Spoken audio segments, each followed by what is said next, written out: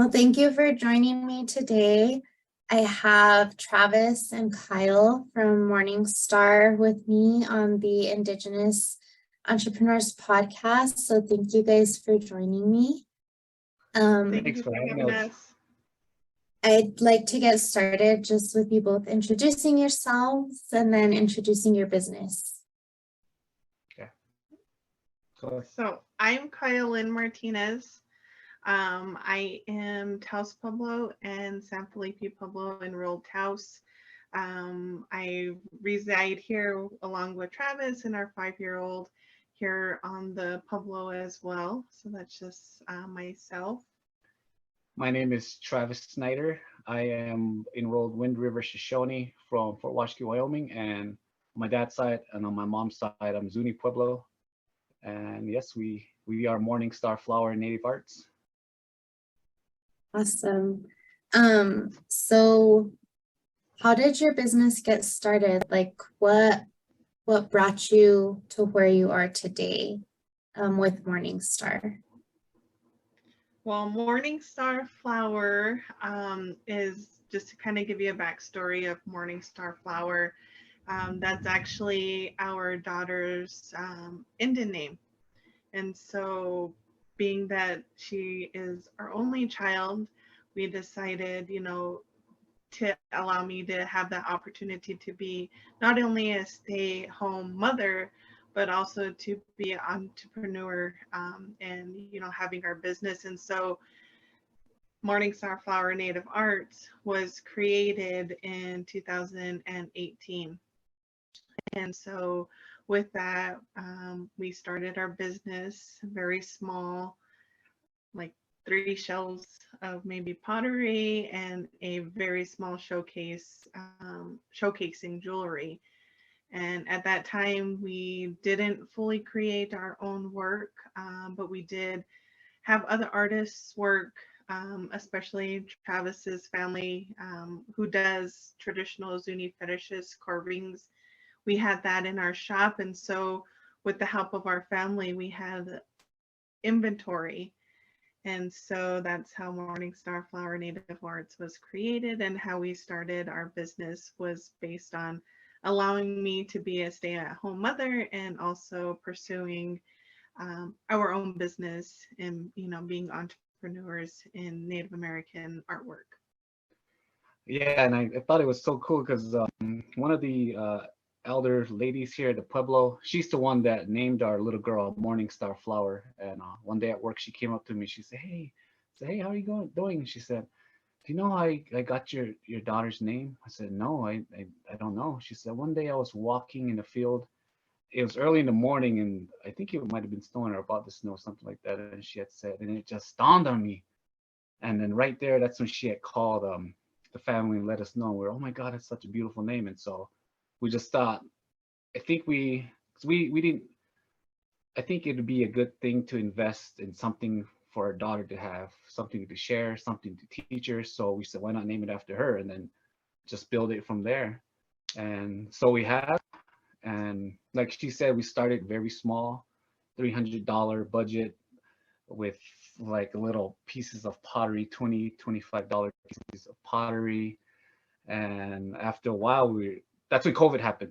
And then, so we were open for a little bit, starting to get momentum, and then everything got shut down. So we couldn't do anything. Pueblo was closed. Oh, so we're located at Taos Pueblo, New Mexico. And so it's completely closed down. We couldn't do anything. So at that time, I thought I would carve fetishes when I was younger, Zuni fetishes, and I started by helping my mom. One day she was like, "Hey, you want to get 20 bucks?" I was like, "Yeah, heck yeah." So I would sand her pieces for her. She'd give me pieces, I'd sand it. And then eventually she started helping me, teaching me how to use the tools, the Dremels, the cutting machines, the grinders. And from there, I just started making otters and turtles and aliens and stuff and selling it. And then I stopped because I went to school and life goes on. And it's hard to kind of carve things when, like, carving produces a lot of dust, and if you're in an apartment or a dorm, it's kind of tricky to do that. So I just figured, you know what, we're spending this money to get other people's artwork, and then we're spreading their word. We should really invest in what we know, our story, and just dig down to our roots. And we just started getting pieces of shell, the raw shells, rocks, and I just started coming up with pieces. And of course, Kyle would be like, hey, you know what would be cool if you made this? And then so from there, we just generated different ideas. And so it started off as fetishes. And then I said, you know what? I bet you these will look cool as earrings. And so voila, earrings. I've come to fall in love with making jewelry for the women. I do not wear jewelry at all. And I don't know how I have the knack for making jewelry. And a lot of people do like the quality of work that we produce. And Kyle produces too with her hats, beadwork, and her beaded necklaces and such. And so that's kind of where it started off for us from my mom's side. My mom is Arvela Chiama. So they're well-known fetish carvers in Zuni Pueblo. The Chiama family, whenever you get a chance, just look them up. They're realistic, detailed work. And so I didn't follow their path in that direction. I kind of made my own because nobody does jewelry. I kind of branched off and did my thing.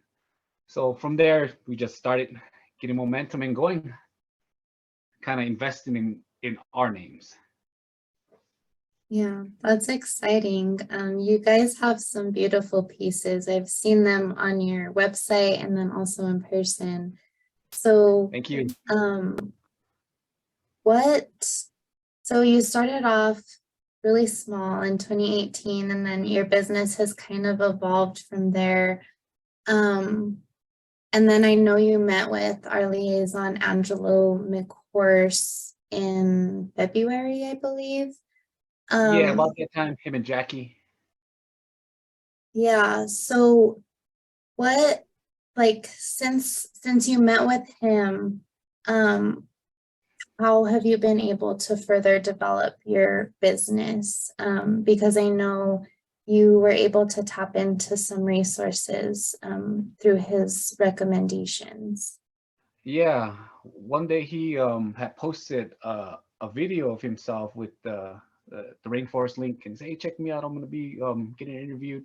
So I thought, cool. So I checked it out, watched the video, and he had a lot of real insightful things, like as far as going out to just trade shows and what have you, little bits and tricks of what he does. And we use a couple of them, like always standing, don't always sit down, stuff like that, because that speaks a lot to like the people you're trying to reach.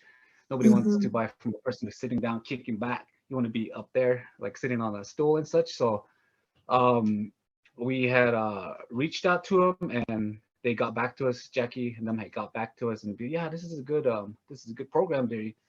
They're like a lifeline to so much other resources, and they have videos on how to do certain things. I was like, okay, cool. And then it's cool, you get a certificate at the end. I was, all right, I'm all in. So we did that. She sent us the link. We did an intake first, just kind of getting to know the business, where we're headed, what we want to do, and sent us the link. We did the videos, which were very beneficial because they have accounting is, I think, in our business, that's most businesses, yeah, we don't have the insight to finances, and bookkeeping. so with that, it was an eye-opener. And also at that time, tax season was coming, and we were like, what are we going to do as a small business? You know, we have reached out to CPAs, and you know, that's something that takes a toll on your budget, especially as a small business. Yes. And so we wanted to kind of look at something else to help us as a small business. And so with that, Jackie was like, there's, you know, people we can link you up with. And that's how we ended up getting to know Anwar. And so he actually helped us through a lot. Yeah, he's the small business fellow here in Taos. And yeah, he helped us. We have to thank Anwar for, you know, the time that he took with us. He took his time in helping us to understand everything. And I think, you know, that was one of the most beneficial things that we've taken from signing up with Angelo is, you know, having that connection. Other connections to connections. And So that was one Mhm. good thing. We reached out and he got us back, and a lot of those videos we can go back and just rewatch again. And then I know they have I think you guys that came up here to do a presentation. I don't think we were in town that time, but we missed that Yeah, one. and So that's cool. You guys have people that come out yeah, this way. and we're actually gonna have another event at UNM Tels Hive on August 31st. So I'll Awesome. send you the invitation to that because I'd love to see you there. And we're gonna honor Angelo and Jackie while they're there since they're no longer liaisons with us, but they've Yeah. done great work. So it should be a fun event. So I'll send you the invitation to that for sure. Yeah, that's I know when you're running a business, especially like theirs has a lot of momentum. How they got the time to like be liaisons. That's and then they really take time to like reach out to the smaller guys and help them out with direction. That's Mhm. one of the things I think is real important having a tribal liaison is because at times sometimes you only have social media but they only can go so far, so much rabbit holes. But when you have somebody that you can actually reach out to and be like, hey, this is my dilemma, what do you think, what should I do you know somebody? That's when I think people like Angelo and Jackie, when they did that position, they did help other people and they're willing to help, take time. So that is beneficial, especially in rural areas. Yeah, the fact that they're in the community, they understand the different dynamics, and they're there, our liaisons are literally the heart of our program. And we were very lucky to have Angelo and Jackie on our team while we did. And we're Yeah. currently looking for a few more, but like I said, they're the heart of our program. I know, Kyle. We're still accepting applications if you're interested. But I love that first, touch point with the liaisons, Yeah, that's like you all it said, takes. led to the greater network, which is our whole goal. And so you worked with Anwar at the SBDC, and the SBDCs are great, great resource as well. They Absolutely. also have a lot of online courses and Mhm. things for And it's free or free. for very low cost. Yeah. Um, and then I know you guys have also connected in with New Mexico Community Capital. So how did Yeah. that come about? So that came about is through we had seen a post about an Indigi exchange at the railway in Albuquerque. We're like, oh my God, this is cool. So we messaged them and they messaged us back. All right, you have to get a hold of Hillary Frost and she'll kind of let you know what's going on. So we emailed her. She emailed us back in order to get started with Indigi Exchange, which is part of New Mexico Community Capital. Is you'd have to take an accelerated course, business management and like marketing. Yeah, marketing course where they it's what was it, 5 weeks? Every Wednesday, like 3 hours, which is like nothing. And they help you out with a laptop, point of sale, like they give you an incentive, everything generated to help generate, yeah, help your business flow. So we're all right, we're all in. How do we do this? And then so from there, we got linked up with AIBE in New Mexico State, Arrowhead, the community down there, with Rachel.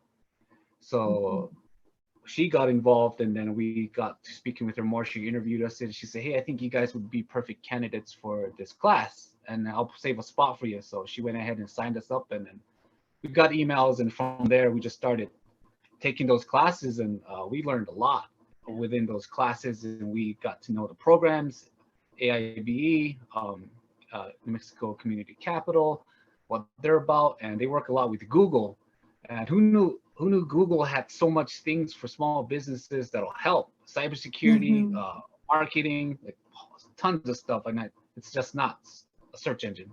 It's there's platforms to utilize. yeah, to utilize that'll help you. So in a nutshell, that's how kind of it just rolled, snowball affected, and then we started meeting people. And said, hey, we got a conference coming up. You guys want to be part of that? Sure. And so we did the conference, and we did our first Indigi exchange, and Yeah. so So I mean, it's taken work, and that's what, you know, you have to realize is it takes hard work, dedication, sacrifices. So yeah, it's being a small business owner isn't all fun and games all the time. I mean, we had to go out there and search, you know, to help our business and help ourselves become better business owners. And so with that, having these outlets such as, you know, the Rainforest, AIBE, New Mexico Community Capital, those are things that we can say that helped us to where we are today. And like a lot of people don't know about them, other than like people who benefit from them. They'll spread the word, but it only goes so far and it'll die out. But so that's one thing that could be, I guess, with a tribal liaison and like us too, just spread the word more that there is help out there. And I know as Native Americans, we don't want to ask for help. We're not going to ask for help at all. We'll rough it until it's the absolute last resort. Then we'll ask for help. But in this case, with a business, you need somebody's help. You need to just suck it up. All right, I need help. What do you know about this? And then they'll teach you, or if not, they'll find somebody to help you. So that's one of the biggest lessons I've learned is just suck it up and ask a question. Get yourself out there, reply back to the email, or respond to a post, ask a question on a post. Simple things like that. You'd be surprised people would respond back to you with help.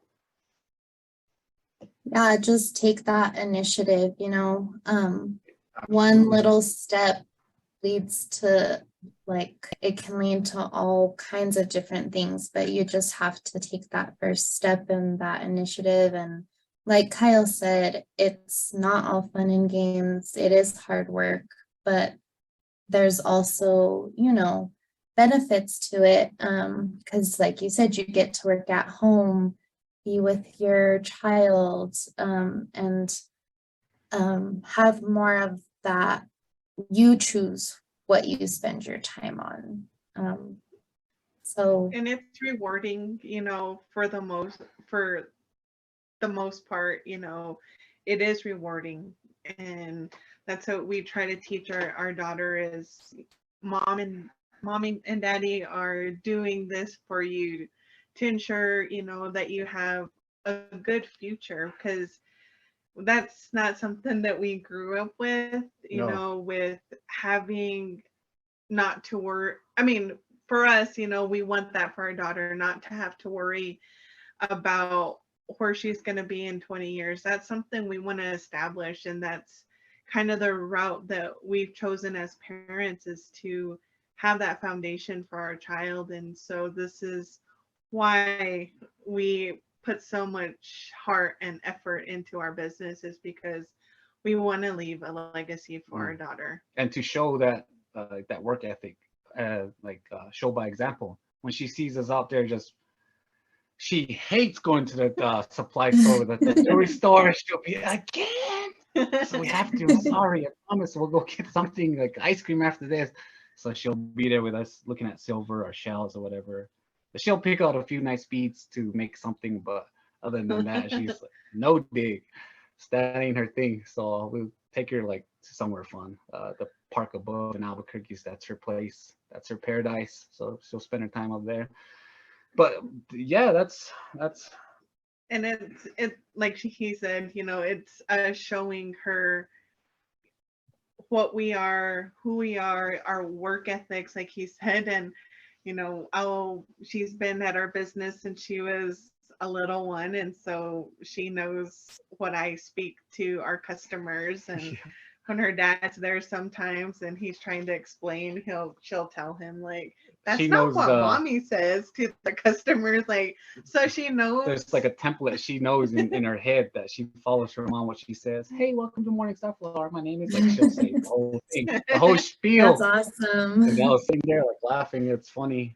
But yeah, this is, you know, what we love to do. We love to create for our people, you know, and this is something that we've enjoyed, and I for myself have been in this particular business, but not so much in creating our own work. And so it's kind of brought me out of my my shell of, you know, creativity. And so I'm really enjoying it, being able to be at home, but also running our business on a day-to-day basis. So yeah, it's rewarding after all the sacrifices. I mean, That's, it's still an ongoing thing. So yeah. Yeah, no, it's, no yeah, rest. there's sacrifices and like that every day. It's not all right. I get to kick back. And there's always Mhm. something. No, But yeah, it's hard work. that's what life is. Yeah, that's what life is. Even like with regular job and what have you, it's something that is a part of life, and you just gotta kind of alter it to what fits your life and what part of how much you're gonna enjoy it. This is my life. This is how I'm gonna enjoy it. Let's get it. Let's work it out. Yeah. But like you said, you're leaving a legacy, you're building a legacy to leave to her as a business, but you're also building that legacy of like work ethic, of how to run a business, of what, like everything she's learning by watching you guys is gonna be the legacy that you're leaving her. And I think that's beautiful.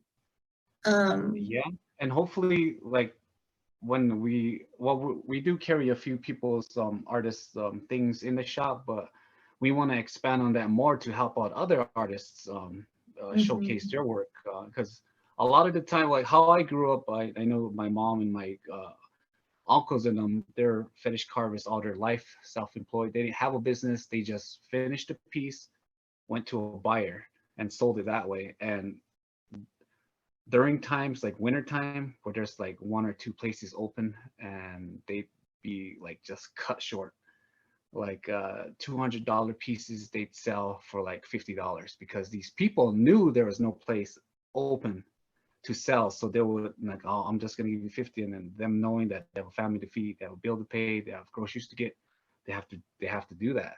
So that's what, as a kid, I witnessed that. I was like, all right, cool, they sold, but I didn't know that they cut themselves down so short. So I know like, it hits me at the heart when like, so I know how artists, what they go through like that. So I want to be a shop owner that'll work something out with the artist, that'll help them out. If it's not like if it's a super expensive pieces, I want to meet them in the middle, and then a little bit more, some like have them put it in for consignment, just help them out somehow. Yeah. And a lot of the shop owners, this was in Gallup, so my mom would go to from Zuni to Gallup and sell along with my uncles and stuff. So I don't remember ever going to a Native American owned buyer or art gallery and then them talking. It was always, nope, you take it or leave it. It will, yeah, that's, as a kid I was like, wow, all right, cool, you sold. But then again, it was it was very little. Yeah. So that's the thing that I want to help the community like here, and then just from back home, let them know that, all right, man, I got a good gallery that's willing to help us out, that's willing to pay your price, and promote them in a positive way and tell their story, how they came up with their designs, and just who that artist really is, and like know them as a person, not just as a signature on the back of a piece of jewelry. So that's how I want to help the artist. And that's kind of been one of our goals since we worked with New Mexico Community Capital, is that we do want to expand our business beyond Taos Pueblo. And with that being a Native owned business, art gallery that, you know, is Native owned, showcasing Native American work. And that's just because what you do see in Taos, Santa Fe, Albuquerque, Gallup are Everywhere. all non-Native owned. And so, you know, we can be that start to taking back what is ours and, you know, sell it correctly and have meaning to our pieces instead of just profiting off of our Native people. Yeah. And so that's, I think what really opened up our eyes too is also the whole thing that happened in Scottsdale with Gilbert Ortega. So, having that backlash of, a non-native owner disrespecting Native American people, yet you're profiting off Native American artwork. Millions of dollars. And so I think that really opened up our eyes to, one day we want to be that shop where they can come to us, where they can shop with us, have their work showcased beautifully in our business. And so that's one of our dreams is, having that type of business. Yeah. I love it. I think that's so needed, cutting out that middleman, or if it is a middleman selling Native American goods, let it be a Native American middleman who understands the process that the artists take, how much hard work it is, and, who have been on that other side and will give a fair exchange for your people. Yeah. So, and that's I know this list you had kind of sent us like an outline. I know like that's one of the barriers. I think it is just being a Native American art gallery, because there's so much art galleries out there, but our barrier is being a Native American art owned art gallery, where we don't have as much resources, or we weren't brought up with the understanding finances like other cultures were, other races were. They were grown up in a household where budgeting, retirement, 401ks, Roth, traditional stuff like that, was a household thing to talk about. But us as Native Americans, we didn't talk about that. Grandma got a Social Security check at the first of the month. That was her retirement. So stuff like that. I think that's kind of our barriers as Native American owners, competing with these huge art galleries that understand finances, because they're in that environment. We didn't have that. So our challenges now is to begin learning that.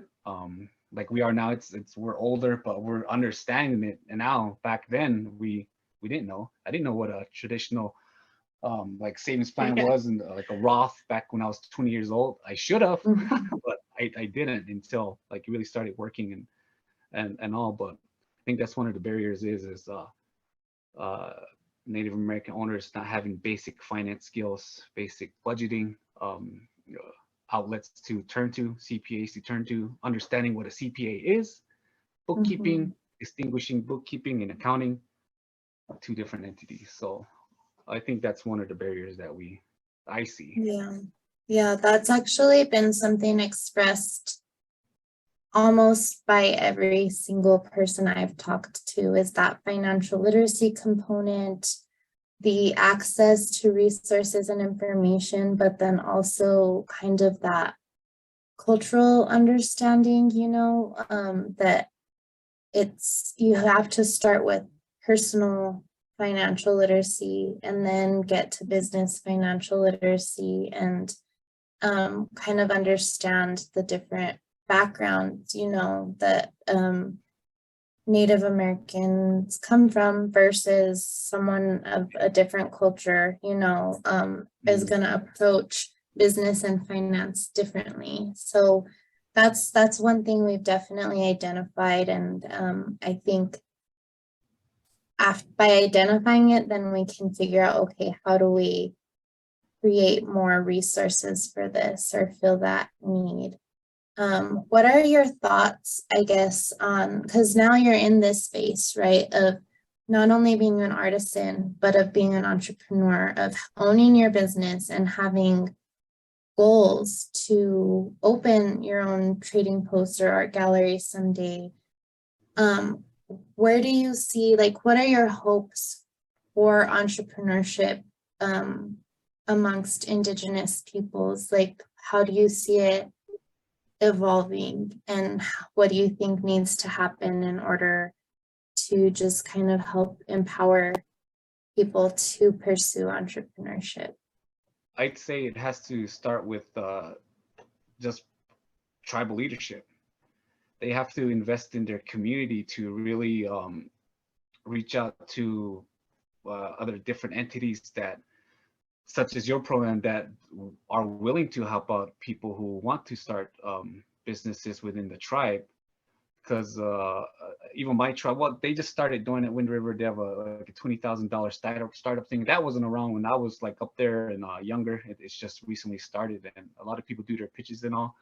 But if they had something like that down this way, promoting entrepreneurship, if the tribal leadership got behind it 100% and be like, hey, we have a department especially for you entrepreneurs. If you have an idea, let us know. We'll link you to people to help you grow this idea and go from there. So I think tribal leadership would have to be a big part of it, because there are people out there in the community that have an idea, that want to start a business, but just don't have that edge. And if they found out that their government, their tribal government, is willing to back them or teach them, then I think that'll persuade a lot more people to kind of be like, all right, cool, let's try it out. But for me, it's always like land back, let's try to utilize what we can as Native people, because we have so much potential. We have so many intelligent Native American people, but we want to succeed as a whole tribe. We just don't want to be an individual business. We want to succeed as a group of people, as a tribe. And like you said, we look highly upon our tribal leadership to make those little, paths for us as small business owners to follow and open those doorways for a lot of us. So like you said, it's not all tribal government, but these are the people that we do look up to because they are serving our communities. Yeah, it's definitely complicated. And there's a lot of different factors, there's state government too. There's just a lack of awareness of the resources. But I do see baby steps, kind of leading in the right direction. I think with our program with AIBE, New Mexico Community Capital, having liaisons, RDC too, they're good source to Regional Development Corporation. Oh yeah, RDC. They do good for northern New Mexico for sure. So and I see baby steps, and I see like the same kind of ultimate goal in a lot of business owners like yourselves who you have that desire. It's just hard because it's baby steps and it takes time, but I think conversations like this are helpful as well, because it kind of opens up that discussion, like, okay, what do we want the future economy to look like? But as and far by the way, as those are some nice earrings there. thank you. Thanks. I like earrings. That's my thing. So I'll have to look at the selections you have. Yeah, that's what I was gonna that's what I was gonna mention, is I know you guys are preparing right now for a big show, Pathways, which is in Powhatan, I believe, or Tasuke, at the Buffalo Thunder, correct? Yes. So we will be at Pathways the 18th through the 20th. And it is at the Buffalo Thunder Resort and Casino, and Morningstar Flower Native Arts will be there. We'll be outside booths, booth number 324. So yeah, come on by to check out our work. Travis has some new bling that he's going to be showcasing. So yeah, this is what we look forward to, markets and arts and crafts shows. This is what our business too is all about, is getting our name and our brand out. And so that's one step that we have taken as well, is not just being in our shop in the Pueblo, but going elsewhere and taking our name and our brand with us to get our name out there, get our jewelry and that being exposed to the broader communities. And so yeah, it's really Yeah, fun. that's where And we've learned it from our peers, our fellow business owners, Angelo and Jackie, Mhm. Addie with Butterfly Naturals. Like they're always out there. We always see their social medias flooded. Hey, we're over here, we're here, and then we'd be like, you know what, we got it. We have to get out because we didn't. We were like scared. What if our jewelry's not cool enough to be amongst all that? No. And then so it's just the self doubt. But then you get over that. And be like, once you go to it, we went. I think our first one was like the Santa Fe Art Walk. There was too much foot traffic, but we set up, sold a few pieces, and we'd be like, you know what, not too bad. You just talk, and pretty much whatever you have made does the talking for you. You just talk about it. Mhm. Yeah. But just that little thing of getting out there, that's the most valuable information or thing we can like tell a business owner is just, so what if it's a small little setup, pop up, go. It'll lead to Yeah. other things.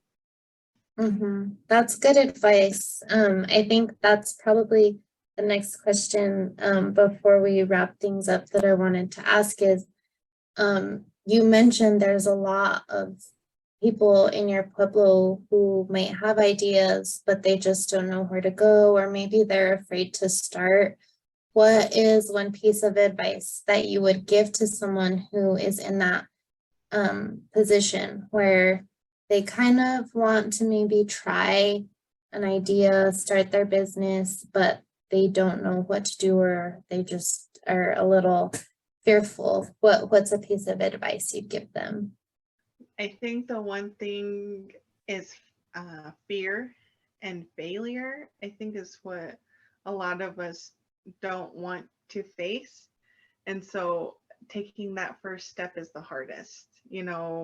Like you said, asking for help is key to getting the resources.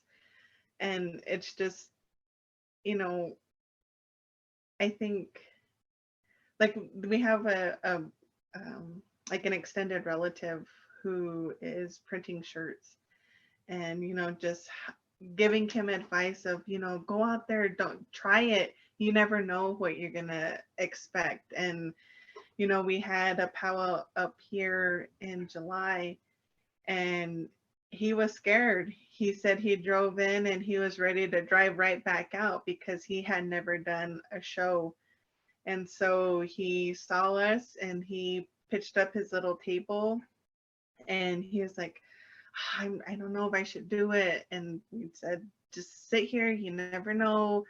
And he's almost sold out all his shirts. So, letting go of that fear and Mm, taking that step, I think will help you get to where you want to be. At least that little step will put you in the right direction to where you want to be. And also kind of like following your heroes are somebody that's in the same business that you're in but doing better. So kind of follow them on their Instagram and maybe go to their storefront and be like, hey, introduce yourself.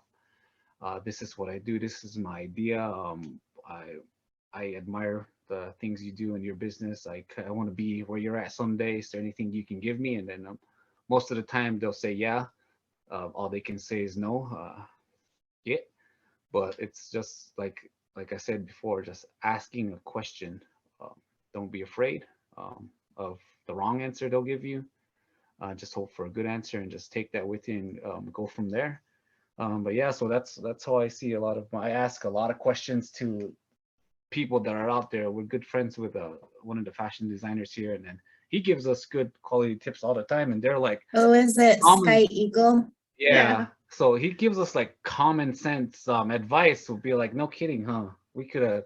It's like one thing he says, just do reels, do videos, and every single chance you get, throw your website out there, stuff like that. So Mhm. he's pretty big on social media, just stuff like that. Don't be afraid to ask questions. And have faith in your hmm business. It may not be happening right now. Don't lose faith, but it's going to get where you want to be if you put the work in. So, Yeah. that's just something you can't do is like, didn't have a good day, or we're not, making any profit. But in time, eventually you'll get there. So having faith in your business and your and in product yourself. and the product that you make. So what if you make beaded medallions? There's 100 other people that make beaded medallions. Don't lose like your confidence. Don't say, oh man, but there's so much people who do this. That's not correct. You do it. That's your piece. There's something different in that piece that you created because you made it. There's a little thing that's off that you made it that makes it special. Think about it that way. And eventually when you keep on going, something would aspire from it, some different shape that you'll stick in your head. And from that square, you'll make a diamond. And from that diamond, you'll make animals. And like my thing that's always stuck in my head, my pattern is flowers and lightning bolts. I don't know if you've seen them, but that's like my thing. Mhm. I evolve around them, and I add stuff to it. I use different materials for the thing, and then just don't give up on your product, because at the end, that's going to be the main thing that is going to define you. Might be a little thing, a little beaded earring, would eventually turn out to the ones that Miss Cecilia is wearing, something beautiful like that. Yeah, I actually have a pair of your earrings in mind that I'm saving up for. They're pink flowers with like a turquoise in the middle. I love Okay, yeah. I have to save up some money, but I saw them when I went and visited Kyle at New Mexico Community Capital, and I like in my head I haven't been able to forget about those earrings. Yeah. And you know So what's next cool too? time, We went. Yeah, go ahead. Sorry. no, I was gonna say, so next time once I buy them, then I'll be wearing those for the next All interview. right. Awesome. And one thing too that we were all proud too. We went to the coalition to stop violence against Native women, right? Yeah. And Dallas Goldtooth was there, and we had met him, and I gifted him a pair of mother of pearl, tiny little lightning earrings. And as he goes, oh no way, thank you. And sort of like the next day we were setting up like that, and he was talking, and then she happened to look. He's wearing our earrings, so he was up there signing people's pictures and taking pictures, and so we thought that was really cool. We were like, cool spirit, all right. But yeah, Yeah. it's just yeah, like That's they say, awesome. opportunity is in the eye of the beholder. So it's Mhm. you gotta put in the work as well. So Mhm. yeah, I mean, I guess you just have to do what you love and make it fun. Mhm. Explore your ideas. Yeah. And yeah, I mean, Awesome. we're not a huge business. We're still learning. We're still asking a lot of questions. So someday we'll be able to like give all the right answers to somebody who asks us questions for us, like as far as the business. But for now, we're in the same boat. We're learning in. But the thing is, Mhm. we're a little bit more bolder. We're willing to do a little bit more stuff. Go meet other people. Go other places, and so we're Yeah. happy. We're Oh, getting yeah. there. I And love like that. you, And I thank you. think, oh yeah, of course. No, I was just gonna say I love that. I think you guys are on the path, you're on your journey, and I love what you said, right now you're the people asking the questions, but one day you'll be the people answering the questions and helping to extend that hand to future generations of business owners and entrepreneurs. So I love that. I And think like if that's anybody beautiful. listening or watching has questions, follow us on our social media or just reach out to us on our any social platforms or personal or business, and then we'll do what we can to answer it. If not, we'll find somebody that may know the answer to help you out with that. Yeah, so we've been spreading the word about rainforest and AIBE, New Mexico Community Capital, so RDC, There's so much, but nobody knows about them. Just Yeah. a few. Yeah, we've been spreading the word of smaller businesses that maybe haven't reached out. Anwar. Yeah. Yeah, Anwar. SBGC. Go see Anwar. Yes. Here in Taos. So we're very grateful for coming across these paths of opportunity. Well, thank you so much for your time and sharing your story and your current experience. I really appreciate it, and I believe in the power of sharing your story. So thank you for taking the time to do that with me. And I will link all the resources that you mentioned in the description, as well as your website and your Instagram, so anyone watching can connect with you guys there and connect with any of the resources that we mentioned as well. So thank you so much, and I wish you good luck at Pathways this weekend. I hope you make a lot of sales and a lot of connections and just have a good time. Thank you. Thank you, Cecilia. So come on by.